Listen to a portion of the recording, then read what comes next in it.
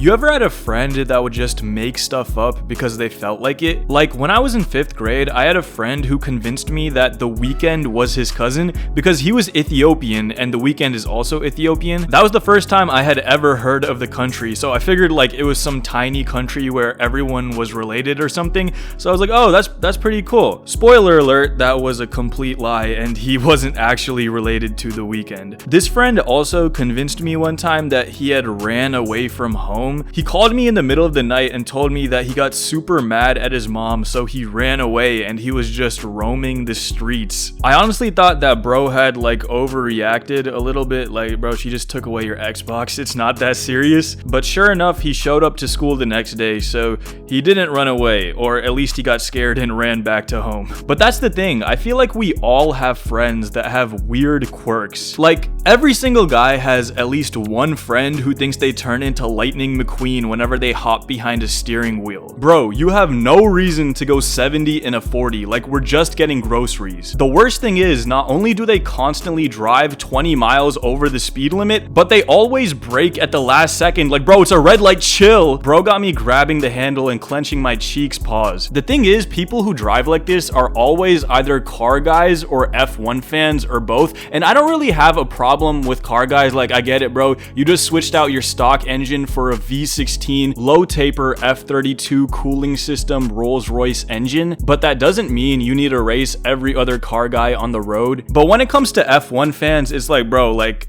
I don't get it. Like, I understand the spectacle of the race and the live event is crazy. I hear F1's great in person, but I don't understand how watching someone drive through a track 78 times is interesting. Like, oh, he took a left again. Like, I get that Lewis Hamilton gets all the hoes, and I watched that Ayrton Senna documentary and it seems kind of interesting, but like 2 hours of the same track, I don't get it. Also, what is pole position? Like, pause bro, like I don't want to know about your pole position. But it's always the F1 fans that are cruising at a calm 120 on the highway, like, check me out, I'm Max Verstappen. It's like, nah. Speaking of bad drivers, I went on a date with this girl about a month ago and she was driving and I was in the passenger seat. And you know how some left turns have 2 lanes that turn left?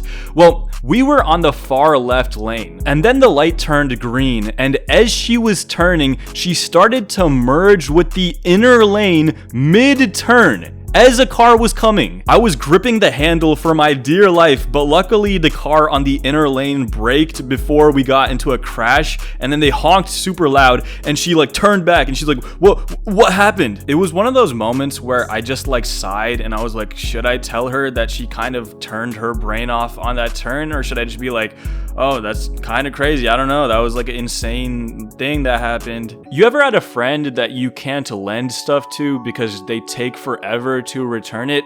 I mean, you probably have, but an even funnier phenomenon I've noticed is a friend that you can't borrow stuff from. Like, this is the reason I wanted to make this video in the first place. Basically, I have a friend who has this geriatric Xbox One that's literally on its last legs. Like, it's like stage 4 Alzheimer's level Xbox.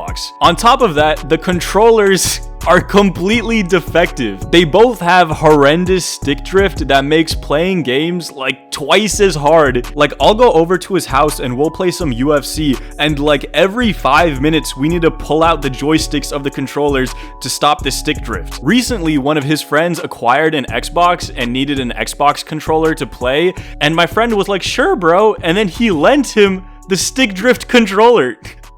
And then his friend sent him this video. Yo, you're actually a terrorist. Like, the stick drift on this controller is so bad. I did everything you told me. I pulled up on the left stick like you told me. Shit not even working correctly. Look, not even the D-pad is fucking working. This shit is so trash. This is why PlayStation is better than Xbox, bro. I'm using the D-pad, bro. Look, I'm trying to go down. It's making me go back up. What?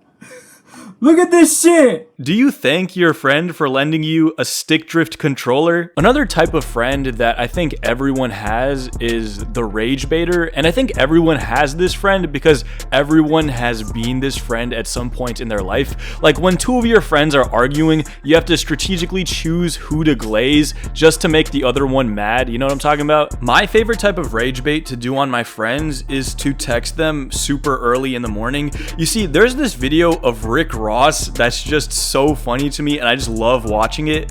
Don't be scared to get to the money at all times. I went to sleep 3 a.m. I was back up at 6:30. Excited.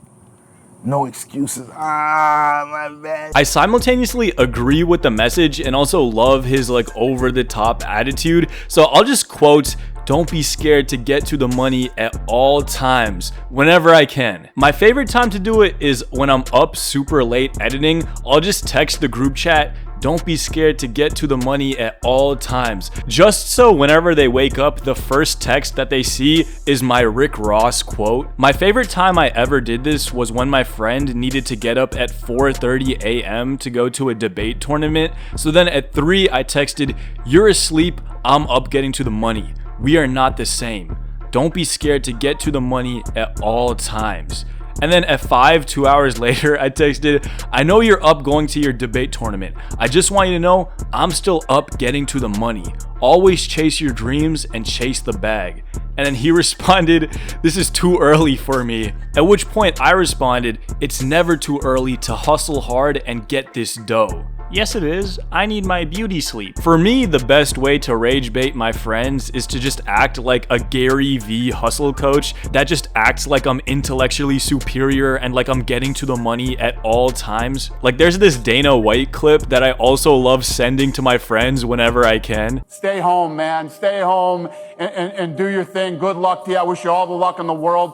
There's going to be a small group of hungry savages out there that are going to run every one of you over, and you can sit home and you can cry and complain about how you didn't get yours and it's because this person had this opportunity that you didn't have."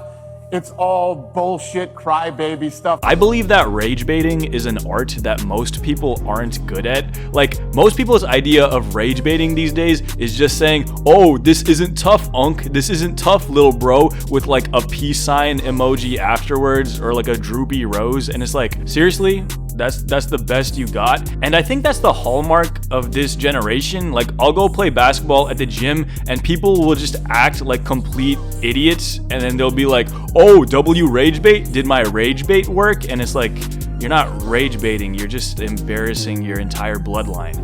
Anyways, these are some friendship experiences that I've had throughout my life, and I feel like you could probably also relate to them. Let me know some of the friendship experiences and stereotypes that you've experienced in your life in the comments. I'm interested to hear. Also, follow me on Instagram. I'll see you in the next one. Bye.